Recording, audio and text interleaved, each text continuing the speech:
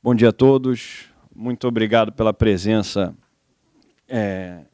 do público, dos colegas que vieram prestigiar o evento. É uma alegria muito grande estar aqui representando o Procurador-Geral do Estado, na abertura do nosso segundo Congresso Internacional, uma iniciativa do Sejur, junto com Leonardo, da época Procurador-Geral.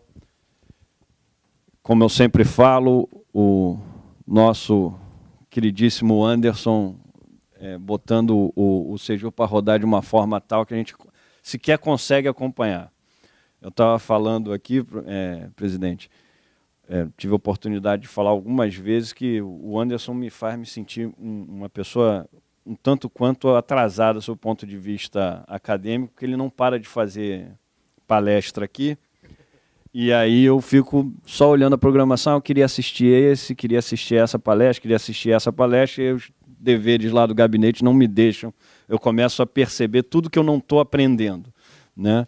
Mas é uma alegria muito grande receber todos aqui, e uma alegria muito grande receber tantos e tão distintos professores ao longo da programação desses 2 dias. Queria agradecer muito a presença do presidente André Fontes, dos demais professores que comparecem aqui na assistência e vão nos brindar com palestras ao longo de hoje e de amanhã, e principalmente agradecer o ministro Johannes, está correta a pronúncia? Agradecer muito a sua presença, é uma honra muito grande para a Procuradoria recebê-lo aqui. A Corte Constitucional Alemã é uma referência para todos os estudiosos de direito público do Brasil. Então, a Procuradoria está muito honrada, é um privilégio para todos nós recebê-lo e ouvi-lo aqui na Procuradoria.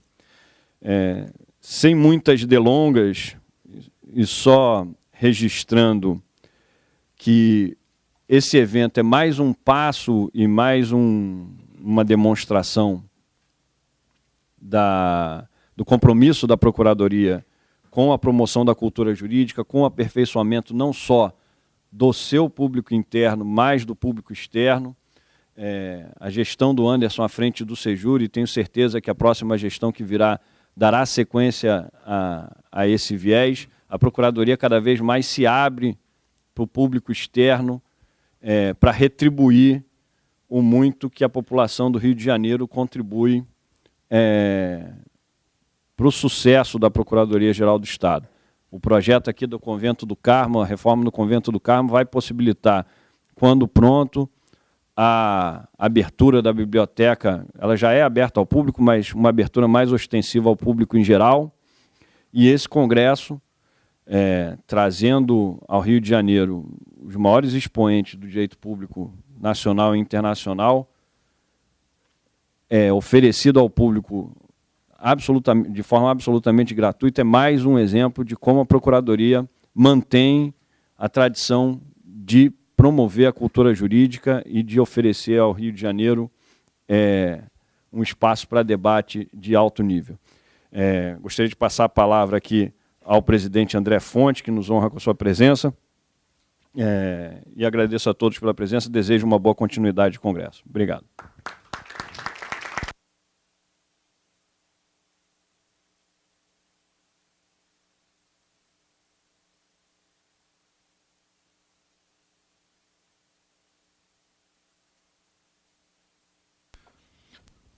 Bom dia a todos. Eu gostaria, inicialmente, de fazer um registro de agradecimento, mais uma vez, à Procuradoria-Geral do Estado, ao doutor Anderson, ao doutor Fernando Barbalho, os demais integrantes, pelo convite de participar de mais um seminário na Procuradoria. Eu acredito que é uma honra toda especial, não só ser convidado, como participar desses eventos,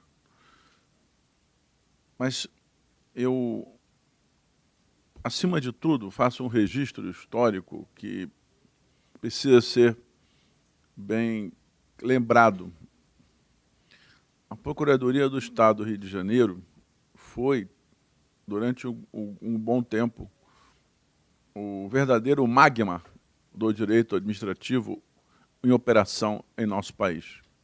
Foi ali que surgiu as grandes discussões, os grandes debates. E hoje, obviamente, compartilhando a posição com outras instituições, tem se mantido muito adiante uma posição de vanguarda, com estudos, debates e, mais do que isso, com uma capacidade fora do comum de renovar os seus quadros, o que, no ambiente atual, não é tão fácil de se fazer. Encontrar profissionais de direito administrativo num ambiente complexo e competitivo como o nosso, integrá-los nos seus quadros e permanecer com eles. É um feito que talvez se equipare àquela primeira versão que mencionei, já que a Procuradoria foi, insisto em dizer, o centro nervoso, talvez assim, melhor dizendo, das grandes questões de direito administrativo em nosso país. Em segundo lugar, eu chamaria a atenção do seguinte: quando eu era estudante, eu tinha um hábito pouco elegante com os professores de me recusar a seguir o livro-texto. Então, sei que a rebeldia de aluno tem esse lado, não é? Na faculdade, nós não tínhamos aula de direito administrativo. Nós tínhamos aula de Eli Meirelles, que era um livro chamado Direito Administrativo Brasileiro, e eu ficava revoltado com aquilo, porque significava que eu não estaria a estudar a ciência, o direito, mas sim um autor. E aí, procurei 3 ou 4 autores e me dividia com eles. Depois de algum tempo, rebeldia de época, rebeldia de juventude, conflito de geração, tudo que se possa imaginar junto, certamente operou naquele instante, eu tive acesso a alguns textos estrangeiros. E fui descobrir que em Portugal não se usava o termo autarquia como nós usávamos aqui no Brasil, mas se usava na Itália. Descobri que na França usava-se o termo instituição, estabelecimento para autarquia, naquela época. Fui descobrir que na França e na Itália havia disputa entre teorias dos institucionalistas do direito administrativo com os teóricos mais fechados, uma visão sistemática. E fui verificando que os autores italianos seguiam sistemas peculiares e que nós, brasileiros, simplesmente pegávamos um pedacinho de cada um, sem levar em consideração as diferenças entre eles, e criávamos um direito administrativo nacional.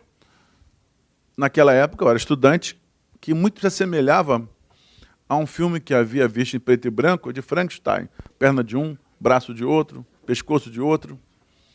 E aí fui ler a literatura da América do Sul e do México, América Central, que chegava, às vezes, nos sebos, e via que nem todos os pontos fundamentais do direito administrativo desses países coincidiam com os nossos. E o mais curioso, a problemática do controle jurisdicional dos atos administrativos no Brasil,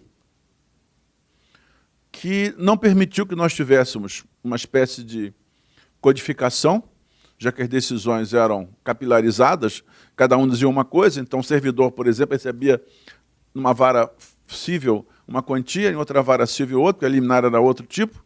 Resultado, nós não tínhamos assimilado bem a origem, porque era uma quantidade enorme de fontes diferentes, diversas, até antitéticas, condensadas numa só figura, e, ao mesmo tempo, uma incapacidade de sistematizar, que acabou, curiosamente, talvez seja o único país do mundo que tenha feito isso, reduzido o direito administrativo, que deveria ser o mais legalista dos direitos, a um direito mais doutrinário do mundo, ou seja, hoje ninguém lê direito administrativo com textos de lei. Lê direito administrativo na literatura.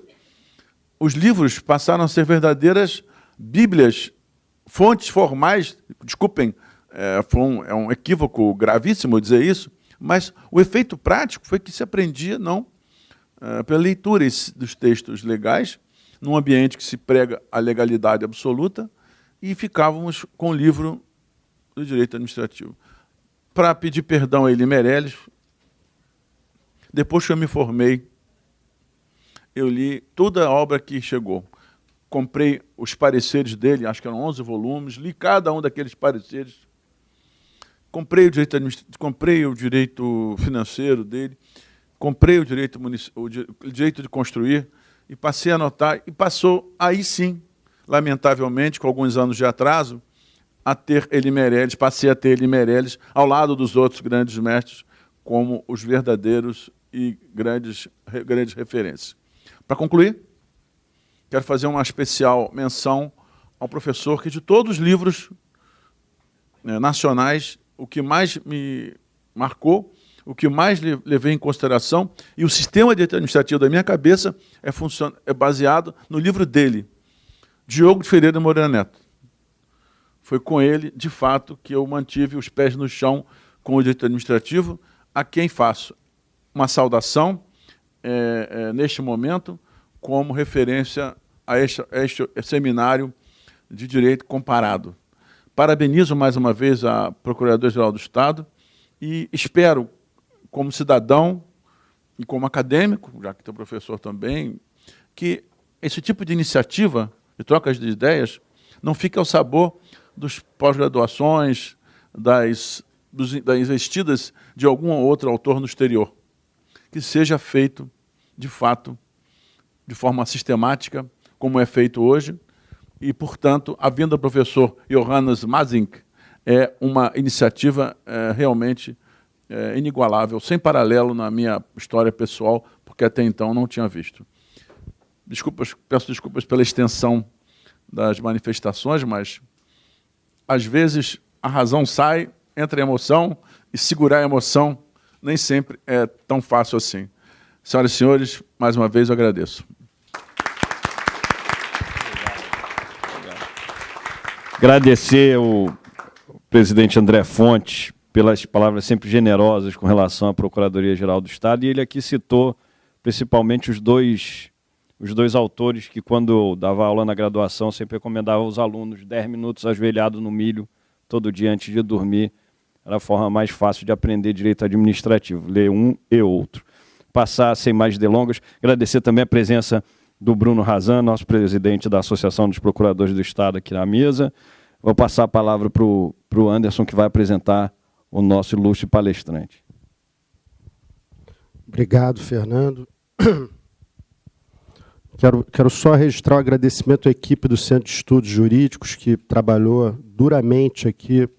Vou homenagear a todos na pessoa da Ana Beatriz Guimarães, que trabalhou duramente aqui para realizar esse Congresso Internacional. Agradecer ao Fernando, que nessa manhã atípica conseguiu estar aqui com a gente, representando o Procurador-Geral na mesa, e o desembargador André Fontes também, que talvez represente, André, esse intercâmbio entre a academia e as instituições jurídicas, né? O desembargador André Fontes é, antes de presidente do tribunal, antes de magistrado, um estudioso, um cientista jurídico. Isso é muito emblemático para nós que você esteja aqui nessa manhã. Muito obrigado pela sua presença. Também o Bruno Razan, que deu todo o apoio aqui ao nosso congresso, e a Nathalie, que está quase se tornando mãe, mas conseguiu tempo aqui, mãe pela segunda vez, mas quase conseguiu tempo aqui para estar com a gente nessa organização. Feitos esses agradecimentos, eu vou apresentar o professor Johannes, que dispensa apresentação, naturalmente, é ministro da Corte Constitucional Alemã, mas eu vou ler o currículo dele para vocês, porque também ele é, de certa forma, um representante desse intercâmbio entre a academia e as instituições jurídicas. O professor Johannes é doutorado em Direito pela Albert Ludwig University em Freiburg, é professor interino em Heidelberg, professor de Direito Constitucional na Universidade de Freiburg, tornou-se juiz do Tribunal Constitucional Alemão em 2008, recebeu o prêmio Gay-Lussac-Humboldt de Cooperação Franco-Alemã de Pesquisa, e eu não vou poder deixar de mencionar que ele é graduado em piano. Então, a gente já teve aqui num evento anterior uma palhinha de cavaquinho. A gente não conseguiu um piano aqui para ter uma apresentação dele, mas vamos providenciar até o fim do dia para que todos possam ouvi-lo. Mas, professor Johannes, é um prazer, brincadeiras à parte, tê-lo aqui na Procuradoria, tê-lo no Brasil pela primeira vez. Foi com muita alegria que nós recebemos a aceitação ao convite que tínhamos formulado. Esperamos que o senhor volte mais vezes, mas já estamos muito felizes com a sua presença. Eu lhe passo a palavra para a sua conferência.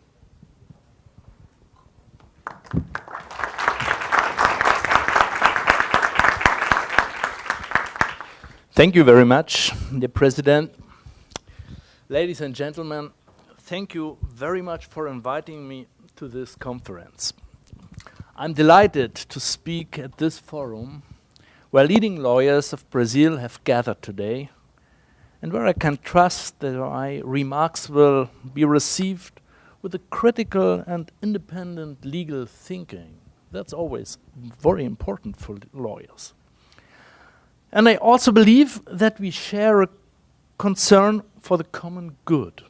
That is the concern to ensure that the legal order guarantees effective freedom and opportunities for all people.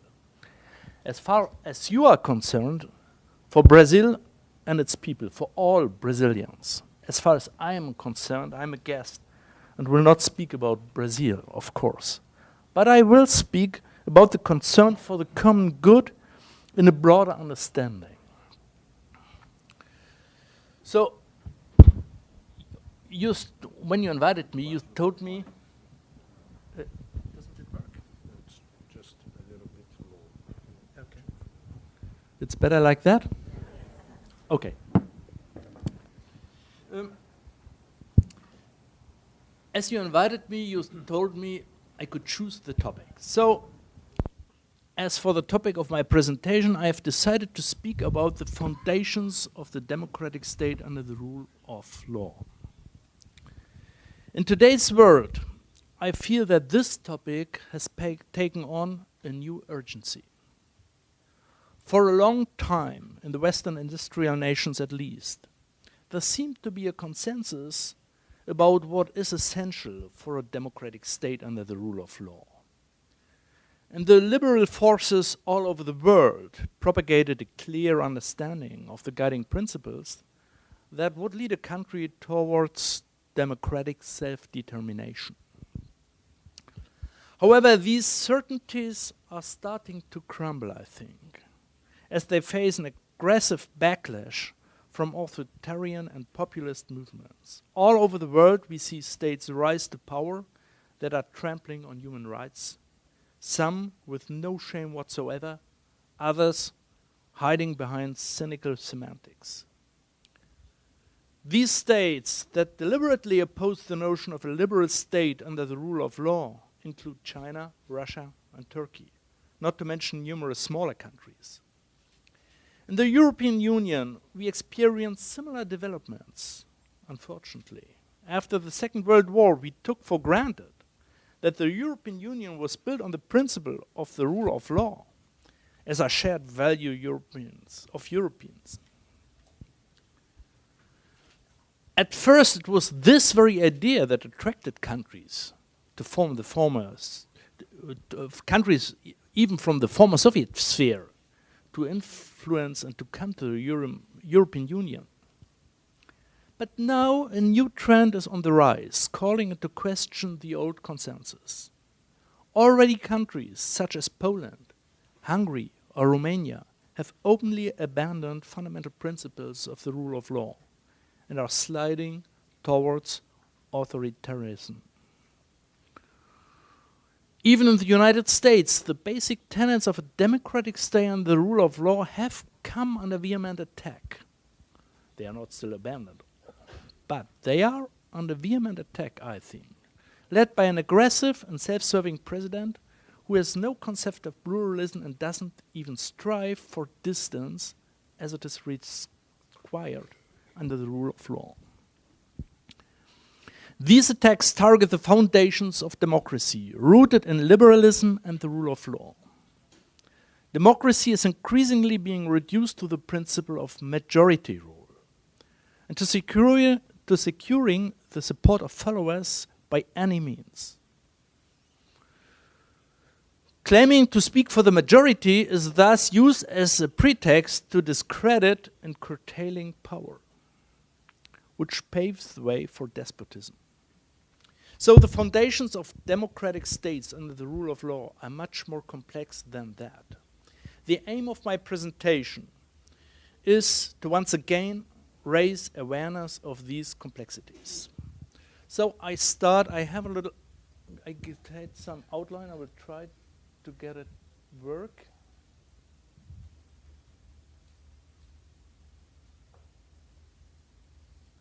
So, no, the first, so, basic principle. The basic principle, democratic rule within constitutional arrangements and limits. And there I have 3 points: the principle of separation of powers, second, the guarantee of fundamental rights, third, political rights of minorities in parliament. The democratic state, under the rule of law, is a constitutional state. Its formal characteristics are well known, at least in this forum. The constitutional state is based on a normative framework that is binding for everyone and laid down in the Constitution. This framework forms the basis of all ruling powers, directing and limiting it. The only powers recognized as legitimate are the ones provided for in the Constitution. Modern constitutions are democratic institutions. All state authority is derived from the people. So the Constitution determines in what way it derives from the people. It creates the necessary structures and also sets substantive limits. Democratic rule means majority rule, but within constitutional limits. With the rule of majority is subject to the Constitution, the reach of the Constitution is not subject for the majority. So, once again, while the rule of the majority is subject to the Constitution, the reach of the Constitution is not subject to the majority. So the majority cannot make the interpretation of the Constitution it likes. It is true that the majority may have the power to amend the Constitution. Yet such amendments are subject to special rules that deliberately create high hurdles. This is done precisely to ensure that current majorities cannot simply impose their respective agenda by way of constitutional amendment, and that the scope and limits of the Constitution are effectively recalibrated with caution and based on a broad general consensus. The principle of separation of powers is a core element of curbing power in constitutional states. By creating equal channels of power, state authority is divided between different decision makers. One basic distinguishing features lies in the system of balance between the legislative, the executive, and the judicial branch. Yet all constitutional orders put in place many additional mechanisms for curbing power. Since Montesquieu, the separation of powers has been based on the idea of limiting state power. In this regard, the systems of the separation of powers and the mechanisms of mutual powers restraints differ significantly from country to country. For instance, the United States endorses a principle of checks and balances that primarily aims to compel different organs to negotiate compromises with one another. In Germany, it is primarily federal elements that create a counterbalance to power and require a majority government in the Bundestag to seek compromise. And in addition, we have the Constitutional Court as a particularly strong standing court in our country. Switzerland has plebiscites, the principle of consensual government, and in addition strong federal elements in order to curtail the possibility of unrestricted majority rule. France limits states' power by separating the government, the president, and the Senate. That is a chamber dominated by the regions, so France too is preventing any majority from simply pushing through its agenda. In Brazil, a directly elected president and a parliament composed of very different political factions coexist and depend on each other.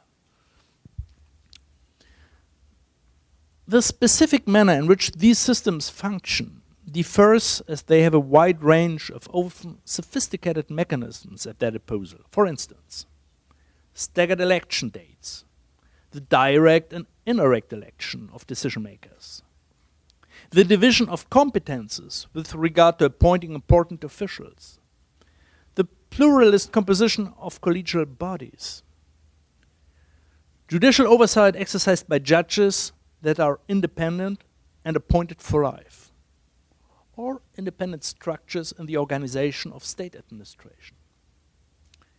It is evident that these systems differ considerably in terms of continuity versus dynamism. It is quite the challenge to strike a feasible balance that guarantees moderation, but also ensures that the system remains operational. This appears to be a challenging issue in Brazil, if I understand well. Yet, what all of these systems have in common is that they recognize the need for a mechanism ensuring the mutual limitation of state powers. So this was my first point. We have a limitation of majority rule by separation of powers in very sophisticated manners. But this prevents the majority to do what it wants. So I come to the second element. The second element that serves to curb majority rule is the guarantee of fundamental rights. In this respect, fundamental rights do not merely protect the private sphere of freedom. Rather, at their very core, they guarantee the principle of individual self-determination, thus effectively limiting the possibilities of the majority to simply push through its political agenda. Most notably, they prevent the majority from forcing its moral beliefs on everyone else. Good examples are freedom of expression, which also protects the dissemination of ideas that the majority deems offensive, unfair, or even dangerous. And freedom of religion, which affords equal rights to all spiritual schools of thought and their associated value systems. All major courts that are responsible for the protection of human rights, both at the national and the international level, have set limits to majority rule by means of fundamental rights guarantees. To a large extent, fundamental rights protection means protection of minorities. So this was my second point. My third point is political rights of minorities in parliament. This is another integral element for curtailing power.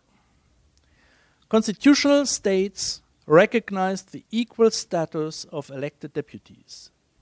Therefore, deputies that are not part of the parliamentary majority are also guaranteed effective rights of participation and oversight, such as the right to speak, but also the right to ask questions, information rights, as well as certain procedural rights. For instance, our court made sure that the federal government provides precise answers to parliamentary queries, even when they are submitted by individual deputies, including answers regarding the activities of security agencies or state-owned companies. The court also ensures that the government must hand over complete records to parliamentary committees of inquiry, even where such files are requested by a parliamentary minority. In this respect, the power of the majority is limited by means of parliamentary oversight and public transparency.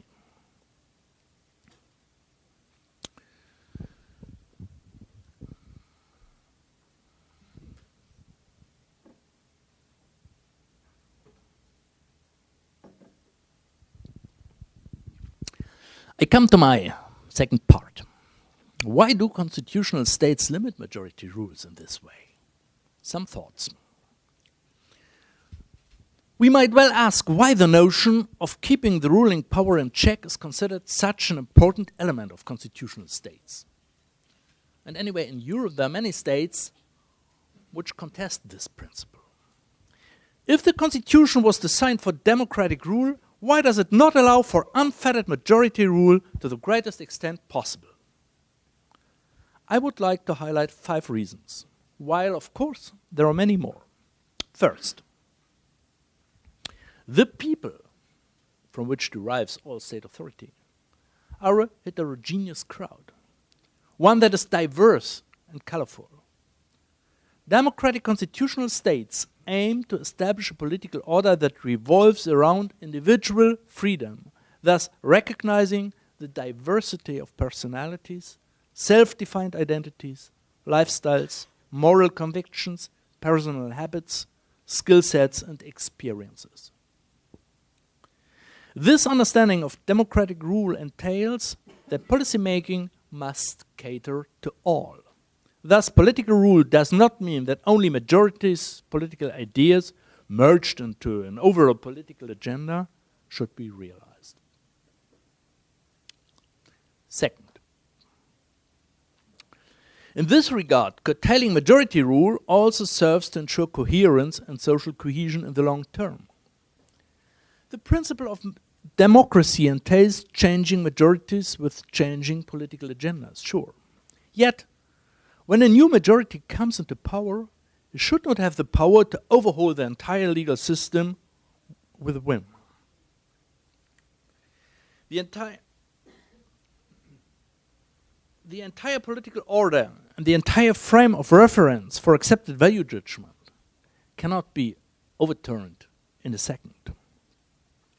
Curtailing majority rule seeks to preserve the experience, strategies, and concepts of former majorities.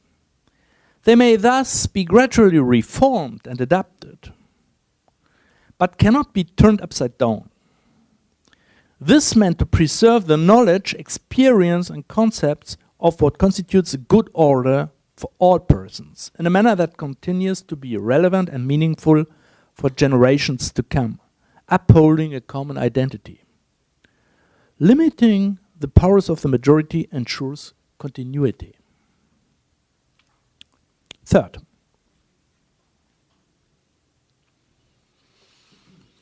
limiting majority rule also aims to build trust. People are connected by the knowledge that power is restrained through a set of common rules. Subjecting the respective majority to moderating rules prevents people from feeling helplessly exposed to power. This creates predictability and stability so that those who are not part of the new ruling majority can still recognize it as legitimate. Shared knowledge of and trust in rules curtailing power make sure that it is bearable for everyone to accept changes in power. This can help overcome excessive polarization and contribute to finding common ground. Fourth, does it work, the microphone? Curtailing majority powers also aims to encourage rationality in political decisions and decision-making processes.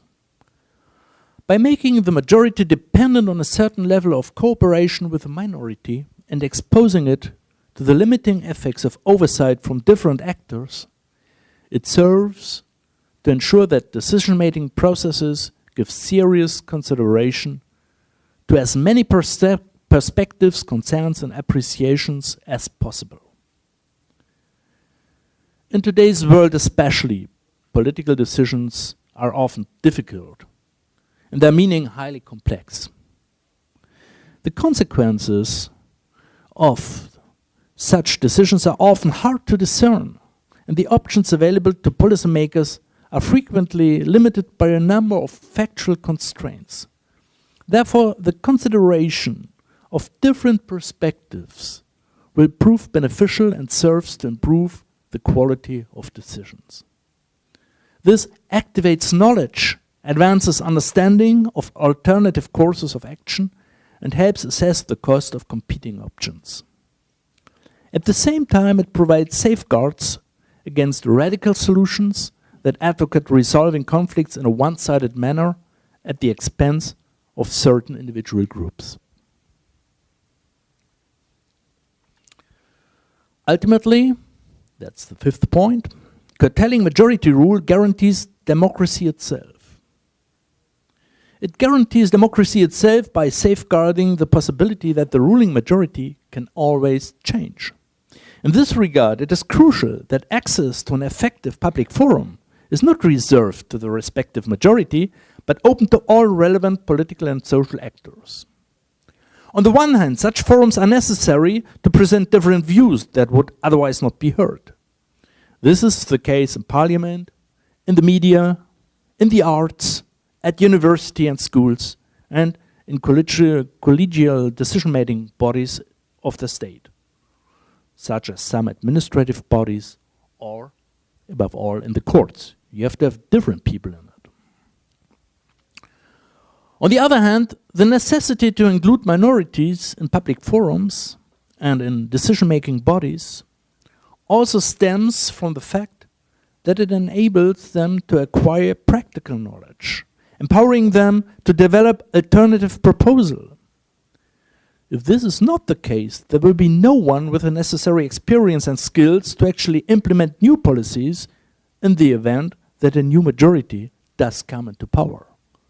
And we all know new majorities are necessary for democratic states.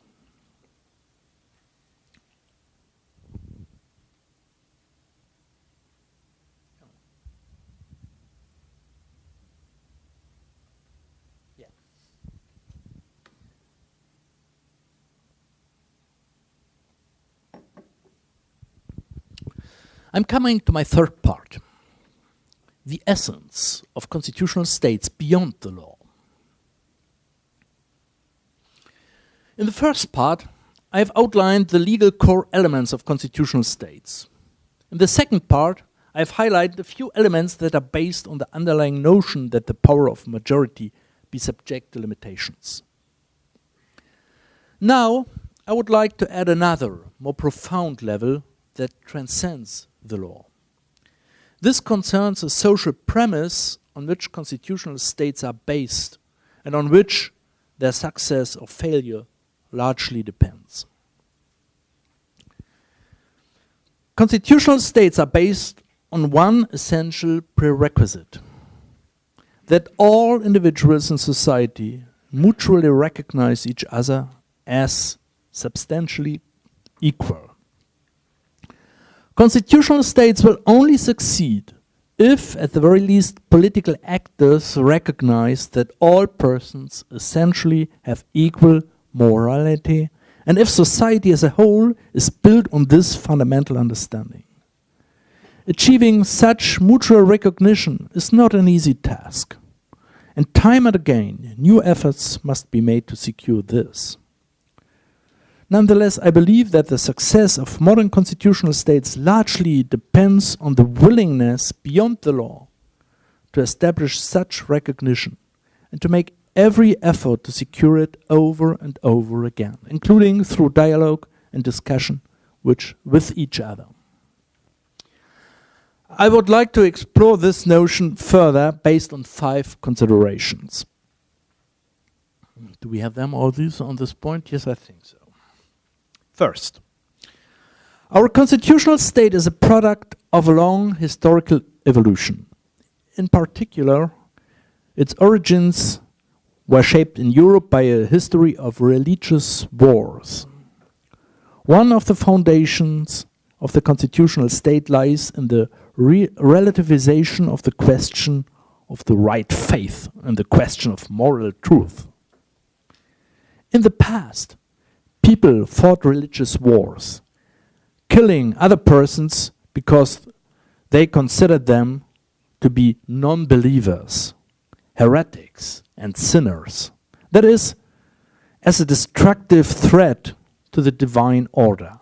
In other words, dissenters were seen as morally corrupt, as destroyers of the true values, and divine laws, and were thus deemed criminals.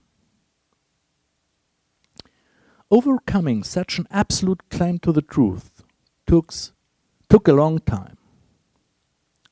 An early compromise in this regard was to let the representative ruler decide on the true religion.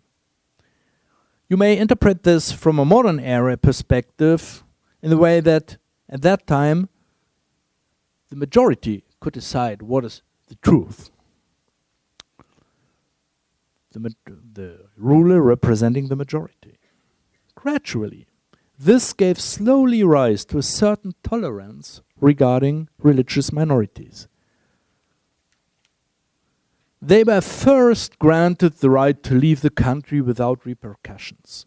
Next, the right to exercise their religion in private, and then slowly even in the public sphere, at least to a certain extent. So what started out as a mere tolerance gradually led to an increasing number of genuine rights, and ultimately to freedom of religion, under which all religions are fully granted equal rights. The state became a secular one that is no longer in charge of deciding what the true religion and morality is. In the present day, our constitutional court gets serious about this principle, affirming religious freedom most notably in relation to Muslims. This case law has prompted some critics in our country, but this only goes to show how quickly the foundations of our order are at risk of being forgotten. Relativizing the claim of absolute truth goes beyond strictly religious matters. In the modern constitutional state, claims to the truth as such have become more relative in nature. In particular, the definition of truths is not reserved to the majority. While decision-making powers are vested in the democratic majority, this is not called upon to make decisions regarding the truth, nor about the true and good way of life. The powers of the majority are limited to deciding only on the applicable framework of coexistence. It is incumbent upon the majority to pursue policies that benefit everyone, seeking to achieve a balance of coexistence and to foster the development of society, which is a prerequisite of the personal development of the individuals in the community. Policy making and policy decisions are based on the secular understanding that they are not meant to determine absolute truth or personal morality. Rather, they must always serve individual freedom, guaranteed by fundamental rights. This liberates law from ideology. Law serves not as an instrument to impose ultimate moral values, but pursues the objective of individual freedom. Law thus becomes pragmatic and negotiable.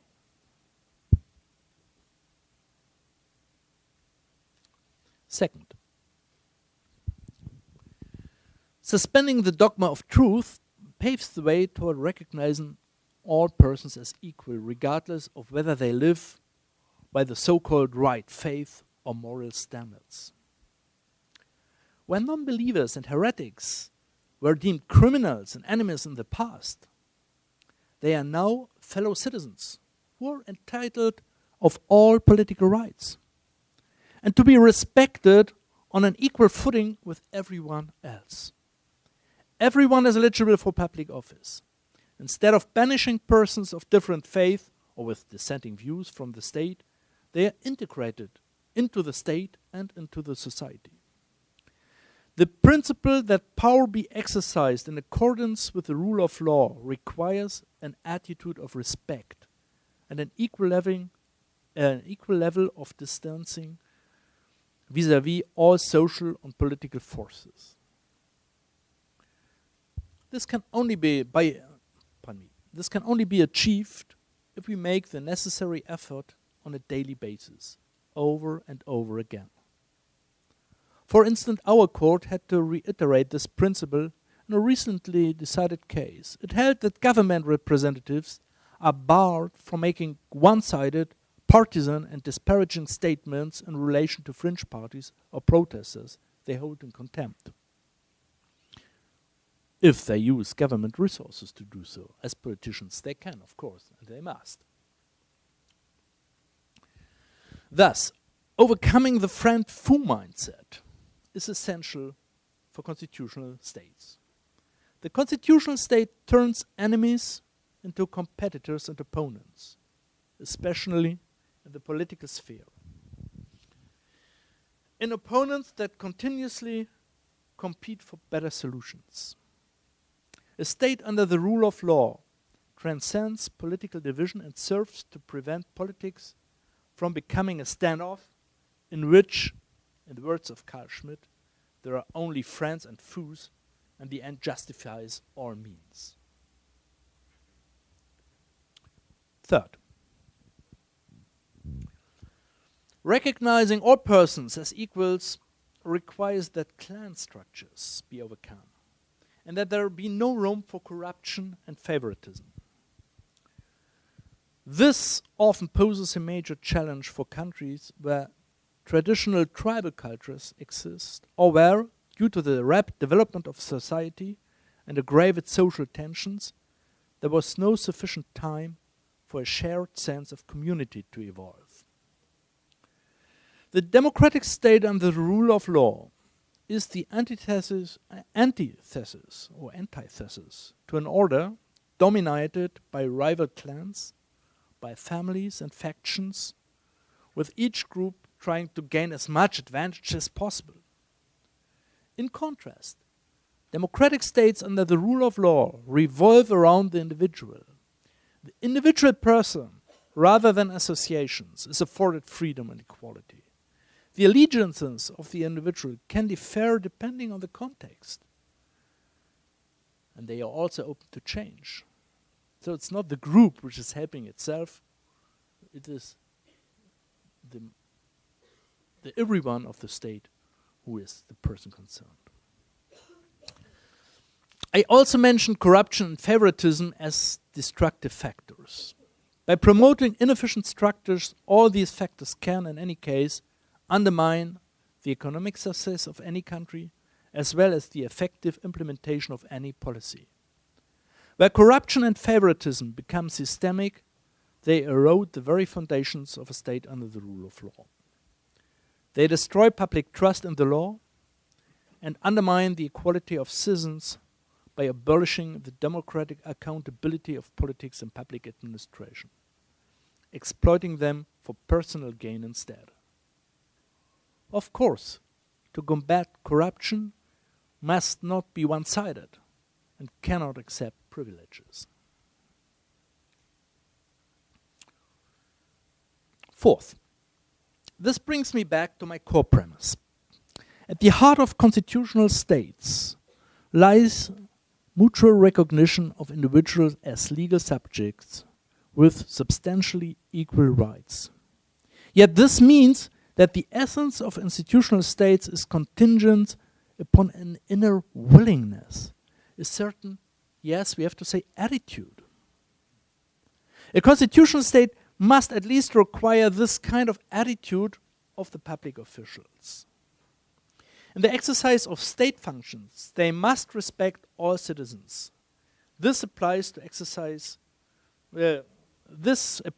the exercise of the executive, parliamentary, and judicial and administrative functions. Holding public office requires the willingness to make serious efforts to also engage with undesirable forces that are considered harmful.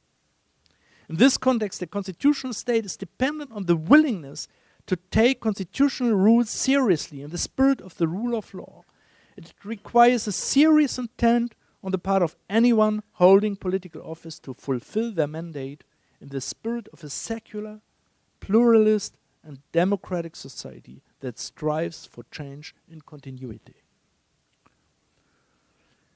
With such intent, respect for rules would be jeopardized.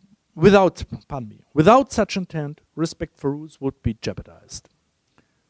The constitution depends on political will and a mindset that promotes democracy and the rule of law. Where this is not understood or no longer wanted, and we see this in many countries, a constitution will all too quickly not be worth the paper it's written on. And any attempts of judges, like me and many other judges here in the room, any attempt of judges to breathe life back into it will be futile. In this respect, constitutional states build on the willingness to promote pluralism and the strength to endure it. These qualities can neither be prescribed by the constitution nor imposed by external forces. We have to create them from day to day by our commitment.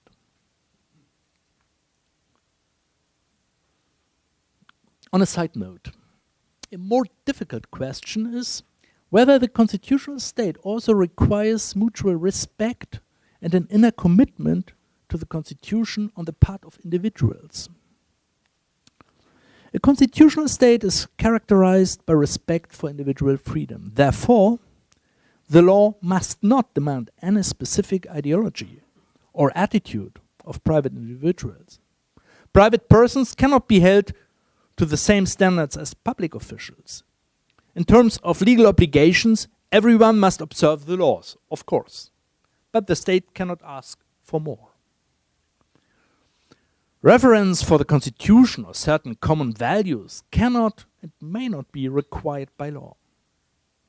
However, in this respect, the constitution requires again at a level that transcends the law, that goes beyond the law, that at least the vast majority endorses the spirit of a pluralist state and shows willingness to recognize all fellow citizens as persons with equal rights and powers, irrespective of personal convictions. And this is to be enforced in the public discourse. This illustrates that a democratic constitutional state is dependent on many factors such as education and culture that must be carefully cultivated. I think that's very important to understand.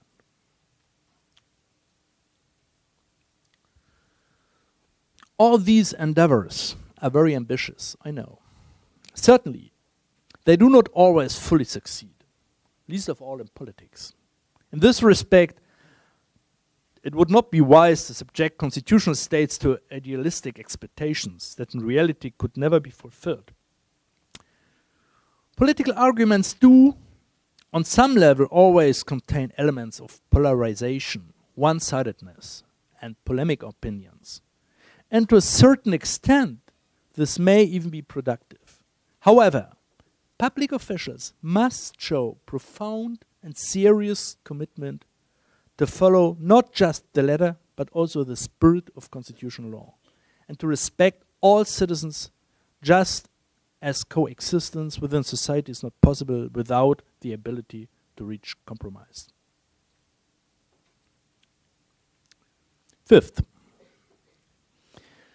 a commitment to the rule of law and democracy and the mutual recognition of all individuals as substantially equal is essential for a constitutional state. This becomes obvious if we look at countries where this spirit has been abandoned or was never put to practice.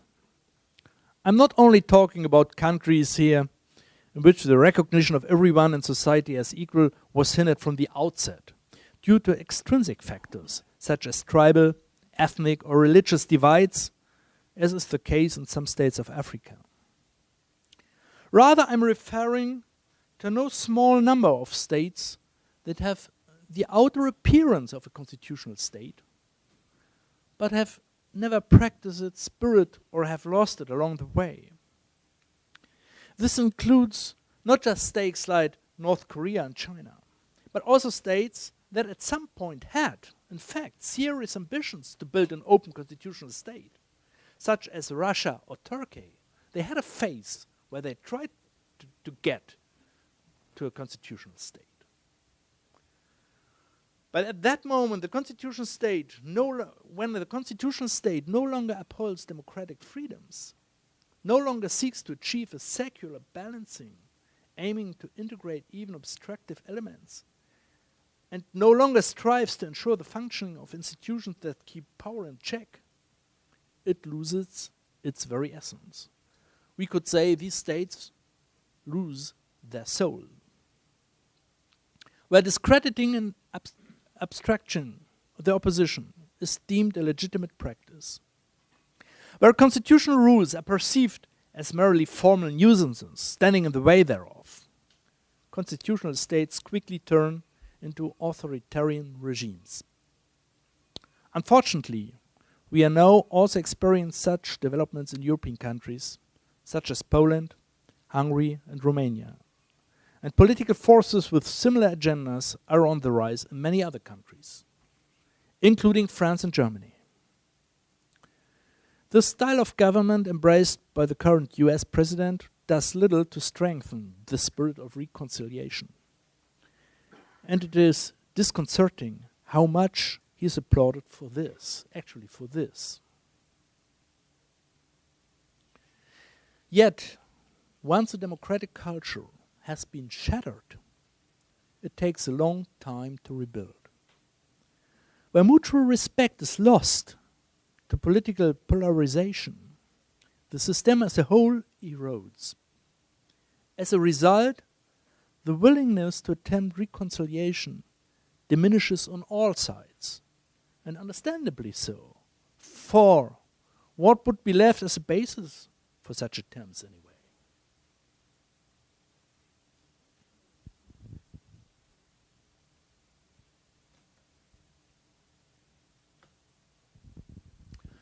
I come to my last point, last part. And there I have 3 points, as you see.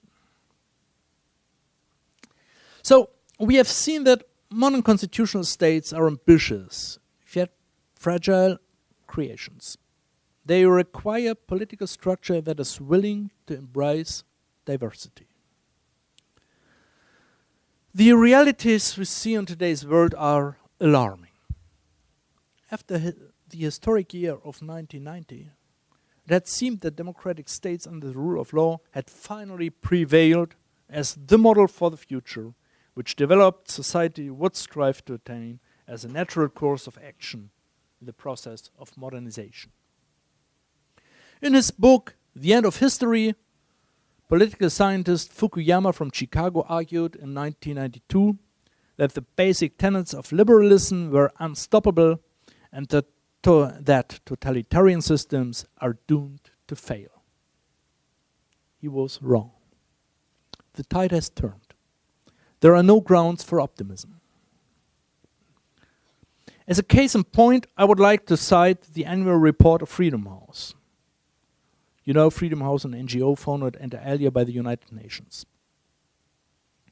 It states the political rights and civil liberties continue to deteriorate globally, marking the 12th consecutive year of decline. For the year 2017, the report finds net declines for 71 states, with only 35 states have registered gains. What is notable in this respect is that these declines are not limited to less developed states and military dictatorships or to countries such as China, North Korea, and Russia. Rather, recent trends show that the fabric of freedom is also deteriorating in emerging countries. An especially glaring example is Turkey, a country that many no longer consider a free state. Furthermore, I've already mentioned there are destructive attacks on the rule of law within the European Union.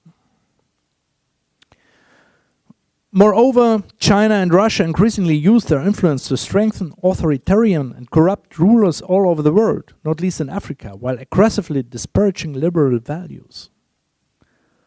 On your doorstep, Maduro has completely wrecked the state, not just economically, but also politically and morally. Looking at the freedom of press, it's particularly noticeable that democratic states under the rule of law are under assault. In this regard as well, Freedom House considers 2017 the lowest point in 14 years from a global perspective. In Latin America, only 4 countries are rated free. These results are also confirmed by Reporters Without Borders, an organization based in France. The report concludes democracy faced its most serious crisis in decades in 2017, as its basic tenets, including guarantees of free and fair elections, the rights of minorities, freedom of the press, and the rule of law, came under attack around the world. End of the quotation. Second, what drives these developments? Of course, it's not possible to analyze it here in detail. And the specific situation is a little different in each country. This is very interesting. I've learned this also for Brazil. Yet almost everywhere, these developments are invariably related to a sense of being overwhelmed by internationalization as a result of information technology. This is closely linked to widespread feelings of powerlessness vis-à-vis the social and cultural diversity arising from this development. It is also linked to the perception that liberal ideas are responsible for dissolving the traditional order. In this climate, democratic governments are all too quickly written off as being unable to offer solutions. Indeed, businesses operating international with little to no constraint leave states increasingly at a loss. They cannot regulate them anymore.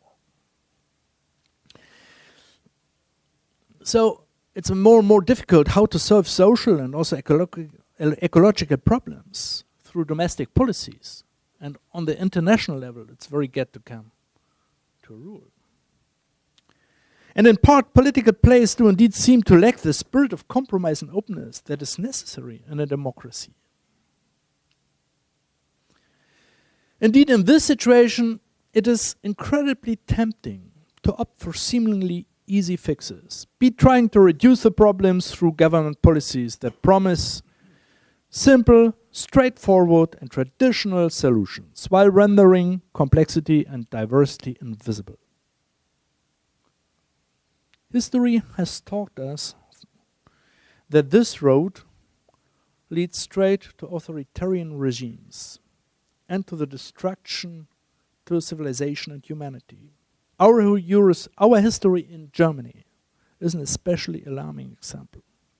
On this slippery slope, the pretext of speaking for the people is used to reduce the concept of democracy to majority rule.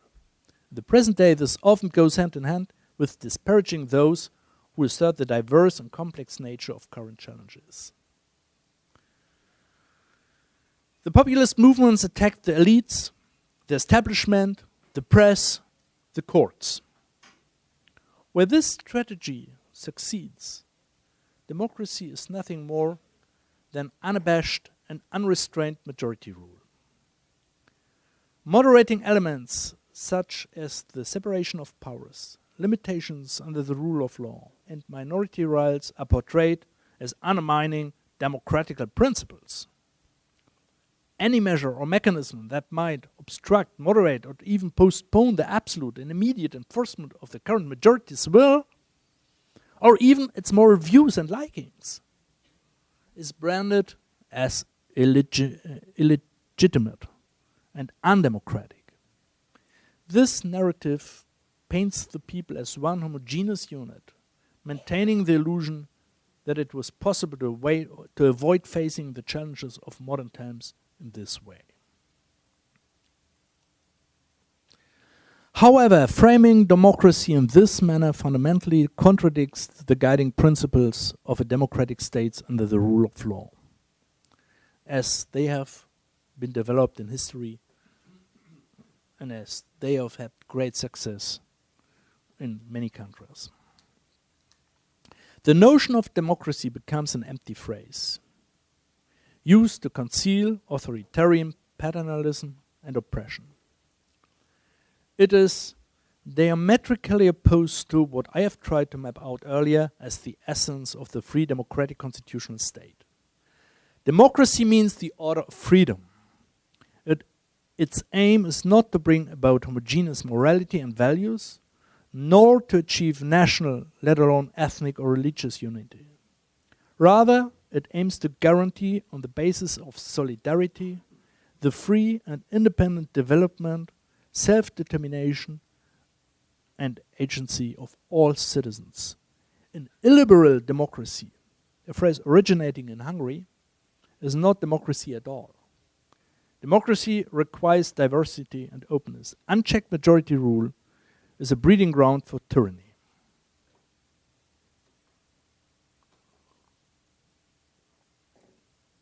I come to my last point. Last point, the last part. The events of the last few years show that we can be less certain than ever that the trajectory of freedom, once set in motion, will be inherently stable on its own. A free constitutional state order requires that we stand up for it, over and over again. It could dissipate much more quickly than we may think. This holds true for every country, for Germany just as for Brazil. As an outsider, I cannot pass judgment on the situation in Brazil, and it is not my place to do so. The democratic state under the rule of law is not a uniform model. It is open to diverse manifestations, allowing for the accommodation of the respective social circumstances. Having said this, it is clear that huge challenges regarding constitutional policies and law are also present in Brazil. In light of this, it is our political and moral responsibility as a lawyer to be vigilant. We have to keep alive the notion of democratic states under the rule of law and strive for the spirit of balance and compromise for our countries and for the world. The success of the democratic state under the rule of law depends on our will to embrace it. It depends on us embracing the freedom it affords and defending the idea that this freedom means freedom of diversity. Today, I am addressing a gathering of esteemed lawyers here in this room, in position of responsibility, including many internationally renowned colleagues I know. So, what can you do? What can we do as a lawyer? Admittedly, when push comes to shove, it's not our power as lawyers to stop political forces. Over the last few years, this has clearly been shown by the dismantling of the judiciary in various countries. And yet, an enormous responsibility rests especially with us in two respects. Firstly, responsibility for what we do, and secondly, responsibility for what we teach and how we explain. The spirit of the democratic state under the rule of law derives its power from persuasion, not least from the actions of the judiciary. Its decisions must demonstrate distance on the part of the judges and exude impartiality and a strong sense of independence from party politics. The spirit of balance and compromise as a cornerstone of the democratic state must become palpable in the judiciary. At the same time, judicial decisions must be infused with humanity. This requires an open mind and the ability to really listen. These qualities can inspire trust that actual problems at least are heard and tackled, and that ultimately, in the spirit of human rights, the judiciary first and foremost serves the individual. In democratic states under the rule of law, promoting justice also means protecting minorities. This also includes that the law and mechanisms of legal protection are interpreted and designed in such a way that economic power and influence do not prevail over law. The judiciary must give effect to substantial equality and freedom, also and especially vis-à-vis economic power. In addition to acting in accordance with the rule of law, it is our responsibility to also communicate the spirit of democratic states under the rule of law. To communicate this spirit as a free order, valuing balance and compromise. We have to explain our decisions in a manner that the people understand, and we must explain, disseminate, and promote the guiding principles for free order, time and again. A democratic state under the rule of law will not prevail unless it is properly understood by the public at large, and unless the people are willing to embrace the freedom it affords. This may be the biggest weakness and the biggest threat to its existence. It is not least incumbent on us to spread these ideas. Especially in times of change, it is our responsibility to champion open societies, to point out signs of crisis, to call for and offer compromises, including international exchanges. Even beyond our borders, we have to make every effort to arrive at a shared understanding of the democratic state under the rule of law. National isolation is no solution. This is what I hope to contribute today. Thank you.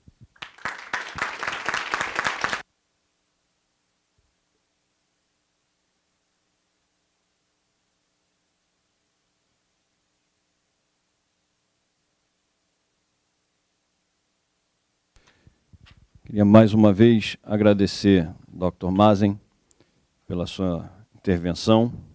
A Corte Constitucional Alemã sempre foi uma referência, principalmente no processo de centralização da Constituição brasileira no sistema jurídico. E a presença do Dr. Maaßen e a sua conferência são um chamado a nós lembrarmos da necessidade do pluralismo, principalmente neste momento histórico brasileiro. E esse chamado à responsabilidade dos advogados, para os advogados públicos, é especialmente importante. A advocacia pública é o garante da legitimidade democrática dos governos. É ela que resguarda as políticas públicas em juízo e que estabelece os limites para a atuação governamental.